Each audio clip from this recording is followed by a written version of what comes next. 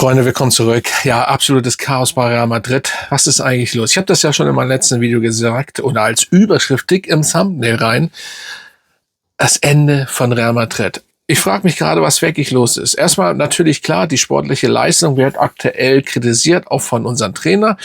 Ich bin der Meinung, den Trainer sollte man aber auch mal kritisieren wegen seiner Auswechslung, aber das lassen wir so dahingestellt. Dann gibt's Kaderplanung oben in der obersten Gesellschafter, unseren Bossen, herrscht absolutes Chaos anscheinend. Und ein Raúl Asensio vor den Absprung. Ja, er soll verkauft werden, weil er wohl mal seinen Mund aufgemacht hat. Ja, herzlichen Glückwunsch. Wenn da was dran ist, werde ich mal ganz kurz da was zu sagen. Also Hala Madrid, schön, dass ihr da dabei seid. Und wenn ihr diesen Kanal noch nicht abonniert habt, macht es jetzt. Das würde mich natürlich freuen, damit wir größer werden. So. Erstmal herrscht, ja klar, es herrscht Frust nach der 1-2-Niederlage. Die möchte ich jetzt auch nicht wieder aufarbeiten. Das habe ich ja schon gemacht in meinem letzten Video. Fakt ist auf jeden Fall, dass einiges geändert werden muss im Rückspiel. Aber wenn unser Trainer Arbeloa sich aufregt über irgendetwas, so nach dem Motto über die spielerische Leistung, ja, da kann er sich drüber aufregen. Aber ich kann mich auch über ihn aufregen, weil man den besten Mann, und das war nun mal wirklich der beste Mann, Arda Güler, in der, ich glaube, 65. oder 70. ist auch scheißegal, auswechselt. Das müsst ihr mir erklären. Er beschwert sich und wechselt den Besten aus. Ich habe manchmal das Gefühl, als wenn er unter 18 ist oder unter 21, man darf der nicht mehr spielen. Nein, ist er nicht. Er ist volljährig und so weiter und so fort. Also sagt mir bitte, warum, weshalb er ständig ausgewechselt wird. Vor allen Dingen, warum will man gar nicht gewinnen? Das ist ja auch die Frage. Natürlich kann man die spielerische Leistung kritisieren. Aber man muss aber drüber nachdenken, warum er ständig ausgewechselt wird. Und vor allen Dingen, warum nimmt er die Besten runter? Na, ich muss das alles nicht, was soll ich dazu sagen? Ihr könnt ja noch mal, es ist ja immer dasselbe Thema, das leidige Thema Arda Güler, warum wird er so früh ausgewechselt? Und das hat mit Fanboy etc. pp. Nichts zu tun. Er ist und war der Beste der letzten Monate mit Tchouaméni, der ja leider jetzt im Rückspiel gesperrt ist, weil er die gelbe Karte bekommen hat. Ja. Ihr könnt ja mal unterscheiden, was ihr davon haltet. Ja, dann ein Update zu Mendy.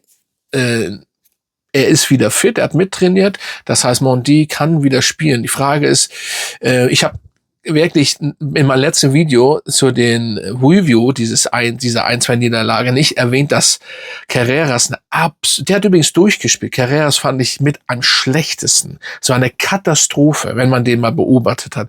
Den hat er durchspielen lassen. So, und nun ist Mendy wieder da, aber die Frage ist natürlich, ob der wirklich, ich verhalte ja nicht so viel von Mendy. Also er ist natürlich sehr schnell, aber er macht auch schnell mal Fehler. Mal ist er so, mal so, aber im Endeffekt kann man auch nichts falsch machen, weil da hinten machen sie ja, was sie wollen. Hausen ist auch mal so und Rüdiger und im Endeffekt ja alle. Ja. So, dann haben wir auf jeden Fall oben in der ersten Etage ja ein Beben. Ich weiß jetzt noch gar nicht, weil, wie gesagt, ich hatte ja gestern erzählt, hier geht das hin und her. Ich bin jetzt froh, dass ich wieder Internet habe. Ich habe mich damit beschäftigt und mit anderen Stress. Ich weiß nur, dass oberhalb der obersten Etage Perez und Co. auf jeden Fall auch nicht so, also ein Beben herrscht. Da soll wohl richtig Action sein. Die sind sich auch nicht einig. Ja, ich glaube, komplett, deswegen habe ich das war gestern vielleicht hart mit der Überschrift Real Madrid am Ende. Aber ganz ehrlich, das kommt mir sehr bekannt vor. Man muss aufpassen, dass man das wieder reinkriegt, weil die Baustellen, die sind zu groß, meiner Meinung nach. Und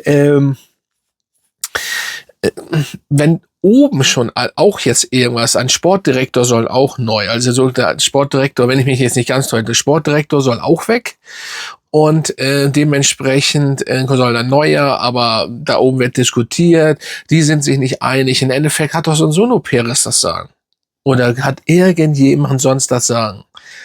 Ich weiß nicht, ey. Ich meine, ist ja auch schon ein bisschen älter jetzt, ne? Und vielleicht sollte man sich mal langsam Gedanken machen um einen Nachfolger. Aber natürlich, es ist auch fast wie Uli Hoeneß Perez, darf man ja auch nicht sagen, was der drauf hat, ne? Aber manchmal habe ich das Gefühl, genau wie bei Uli Hoeneß, dass manchmal so über ein Limit, ne? Und ja, egal. Auf jeden Fall muss das vernünftig sein. Gegen Girona zum Beispiel jetzt. Das nächste Spiel muss gewonnen werden. Wäre eigentlich angebracht, damit man die Saison im Endeffekt vernünftig zu Ende spielt. So, und jetzt nochmal zu Raúl Asensio. Der soll angeblich von Absprung sein, weil ihn seine Art und Weise gefällt den da oben nicht, beziehungsweise das, was er wahrscheinlich auch gesagt hat, ich habe ja nur jetzt mitbekommen, dass er sich auf jeden Fall aufgeregt hat, dass er nicht eingewechselt worden ist. Er saß 90 Minuten auf der Bank. Ich habe meinem Kumpel aber auch in dem Spiel live gesagt, warum sitzt Asensio eigentlich nur noch auf der Bank?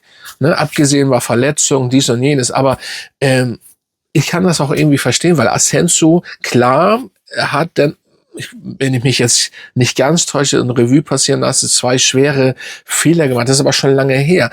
Aber er kam aus der zweiten Mannschaft und war dann einfach bombastisch, so dass die Fans schon ihn mit Ramos, was ich natürlich ein bisschen übertrieben finde, mit Sergio Ramos verglichen haben. Aber hat ja ein ähnliches Spiel und ich muss sagen, er war ja bis dato, mein Gott, das ist kein, der nicht schon seit 10 Jahren in der Profimannschaft spielt, sondern war er bis dato gut. Und klar, wenn man sieht, dass Hausen, Rüdiger und wie sie da hinten alle nicht perfekt waren und da sind, Rüdiger jetzt bei den Spielen jedenfalls, dann kann ich verstehen, warum setzt du ihn nicht rein? Ich meine, der hat schon was gebracht in der Vergangenheit, ne? Sollte man jetzt auch nicht vergessen. Ich meine, da wo er herkommt, in der kurzen Geschichte, in der kurzen Zeit hat er jedenfalls gute Spiele gemacht. Natürlich auch 1, 2, 3, 4 Mal nicht so gute, aber das haben die anderen Pfeifen ja auch da. Also wo ist der Unterschied? Also ich kann ihn verstehen und dann kann man auch mal was sagen, aber wenn das wirklich stimmt, dass man ihn deswegen, ich weiß ja nicht, gut, wir sind nicht dabei, was er genau gesagt hat, wie er sich aufgeregt hat. Asensio ist bestimmt auch so einer, der vielleicht ein bisschen anders redet, I don't know, aber auf jeden Fall kann ich mir jedenfalls so vorstellen. Vielleicht nicht so nett immer. Aber klar, man, das sind junge Fußballspieler, der sitzt die ganze Zeit auf der Bank, kommt gar nicht mehr zum Einsatz. Ja, und dann sagt er mal was so. Und Hausen war nicht gut, der Rest war Carreras, war einfach nicht gut. So, und dann kann man sich da aufregen. So, und wenn das dann gleich das Problem ist, ich hoffe eben nicht. Sie wollen 50 Millionen wenn für ihn haben. Ich meine, wenn das schon alles stimmt, ich kann das einmal ganz kurz hier lesen. Raúl Asensio vor Absprung. Aktuelle Berichten zufolge ist Real Madrid bereit, den Verteidiger Raúl Asensio im Sommer zu verkaufen. Als Ablösesumme stehen rund 50 Millionen im Raum. Hintergrund sollten interne Unstimmigkeiten, das ist das, was ich gerade angesprochen habe, und Kritik an seinem Verhalten sein. Die ganze Zeit war keine Kritik an sein Verhalten. Auf einmal kommt es, weil er sich wahrscheinlich jetzt beschwert hat, warum er nicht spielt. Ja, herzlichen Glückwunsch. Muss ja dann extrem, also wenn das wirklich stimmt und man setzt ihn gleich auf die Transferliste oder man sagt, man möchte ihn verkaufen, dann muss ja die Kritik von ihm so extrem geworden sein oder wahrscheinlich mit Beleidigung, I don't know. Aber ganz ehrlich, das sind junge, ja, man sollte keinen beleidigen, aber es sind junge Spieler, die sind dann,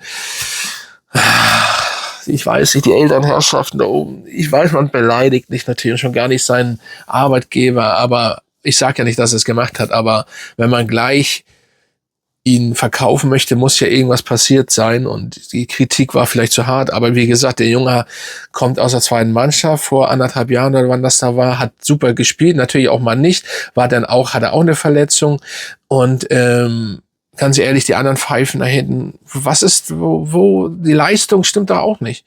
So, und dann kann ich ihn doch, wenn er was gesagt hat, ja, Hausen spielt auch nicht gut, setz mich doch ein, was weiß ich, was er gesagt hat. Ich kann das verstehen auf einer Hinsicht, aber es ist Chaos pur und ich bin der Meinung, das ist alles nicht gesund und das endet nicht gut. Das wird nicht, denn Sie dürfen nicht vergessen, was bei Man U passiert ist. Man U ist aber eine andere Geschichte und da lief es anders, ne? Aber bei Real, größter Club der Welt und so weiter. Es muss einiges passieren, weil das kannst du einfach so nicht durchgehen lassen. Und viele Sachen aber nicht. Auch um Vorstand und etc. pp. Muss sich auch einiges ändern. Meine Meinung. Gut, ihr könnt ja in die Kommentare mal schreiben, was ihr davon haltet. Ihr merkt, das ist einfach anstrengend. Es ist nur Action immer und das Spiel gegen Girona muss auf jeden Fall gewonnen werden. Mal sehen, wie das Spiel da endet, wie sie überhaupt spielen.